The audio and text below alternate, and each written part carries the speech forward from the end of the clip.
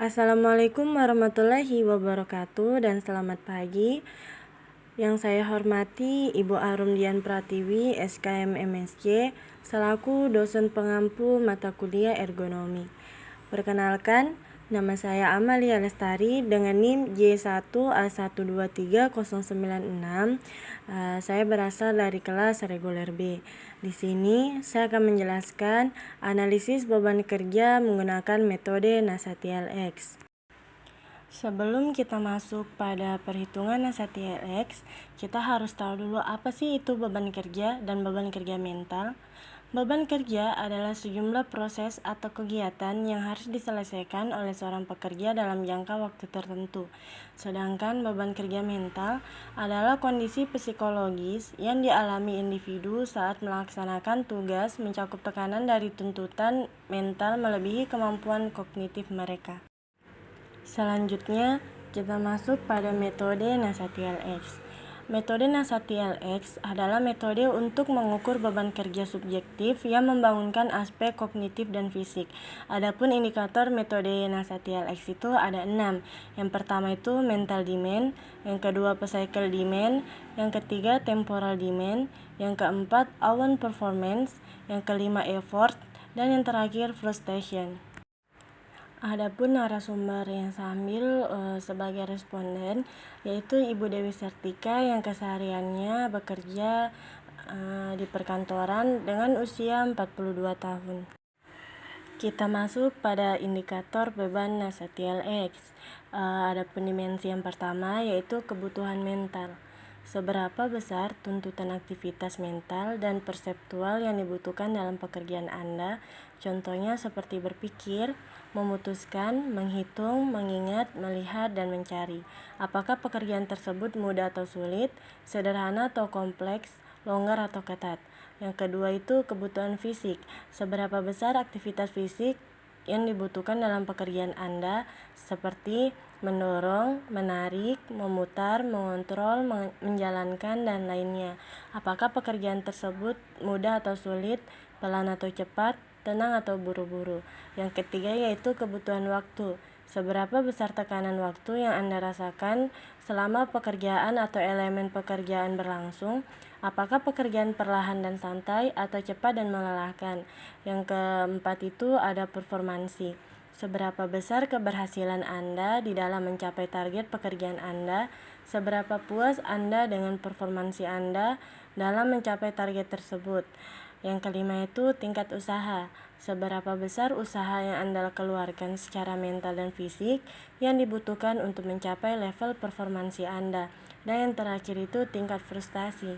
Seberapa besar rasa tidak aman, putus asa, tersinggung, stres, dan terganggu dibanding dengan perasaan aman, puas, cocok, nyaman, dan kepuasan diri yang dirasakan selama mengerjakan pekerjaan tersebut.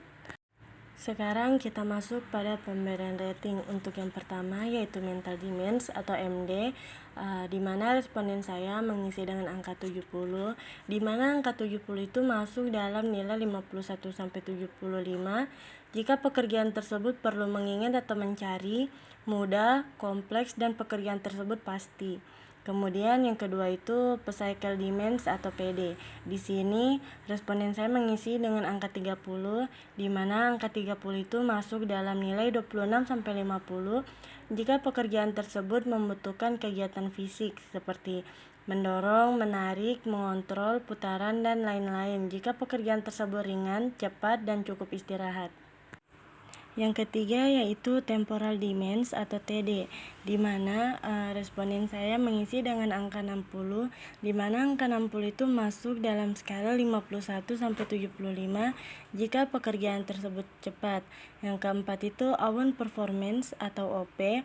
Di sini responden saya mengisi dengan angka 70, di mana angka 70 itu masuk dalam nilai 51 sampai 75 jika puas dalam memenuhi target pekerjaan.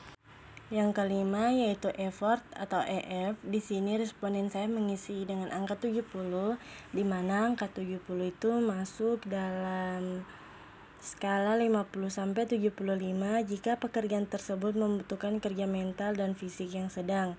Dan yang terakhir yaitu frustration atau FR. Di sini responden saya mengisi dengan angka 20, di mana angka 20 itu masuk dalam skala 0 sampai 25. Jika responden merasa aman, puas, nyaman, dan kepuasan diri selama menyelesaikan pekerjaan. Sekarang kita masuk pada materi pembobotan.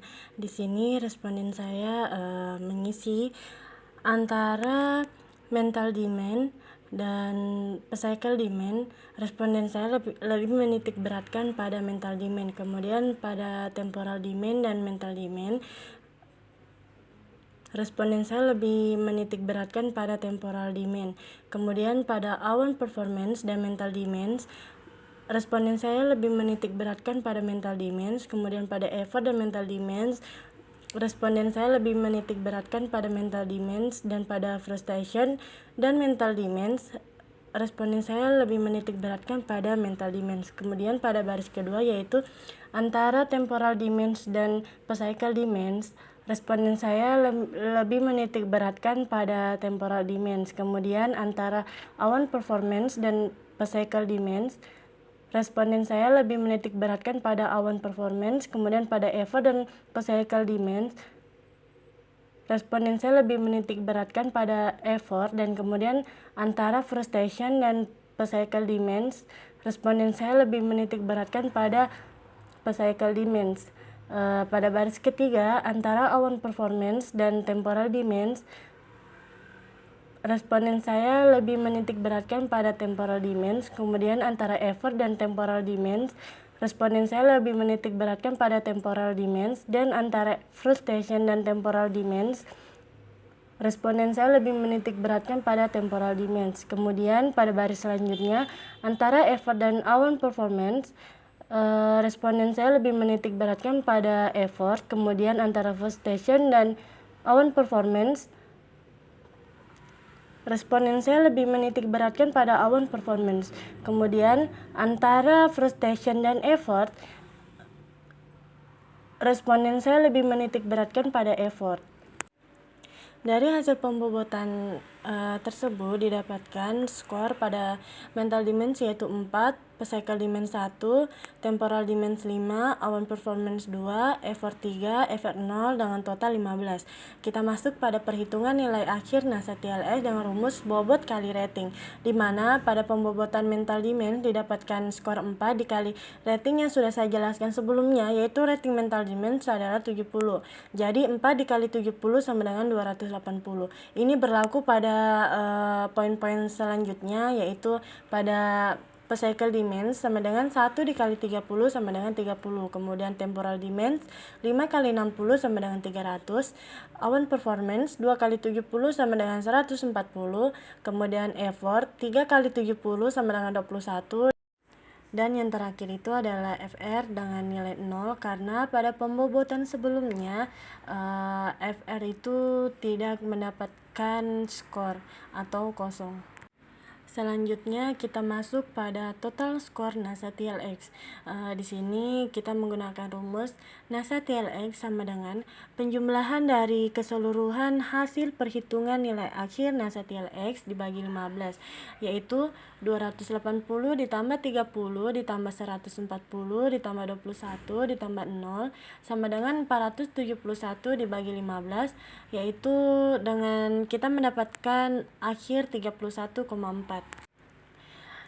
Berdasarkan perhitungan skor total NASA TLX yang didapatkan, yaitu sebesar 31,4, pekerjaan yang dilakukan Ibu Dewi Sartika dapat diinterpretasikan sebagai golongan beban kerja agak tinggi, yaitu sekitar antara 30-49 nilai, yang berarti bahwa pekerjaan Ibu Dewi Sartika ini agak berpotensi menyebabkan kelelahan. Itu saja penjelasan tentang analisis beban kerja menggunakan metode NASA TLX dari saya. Kurang lebihnya mohon dimaafkan. Saya akhiri. Assalamualaikum warahmatullahi wabarakatuh dan ucapan terima kasih banyak.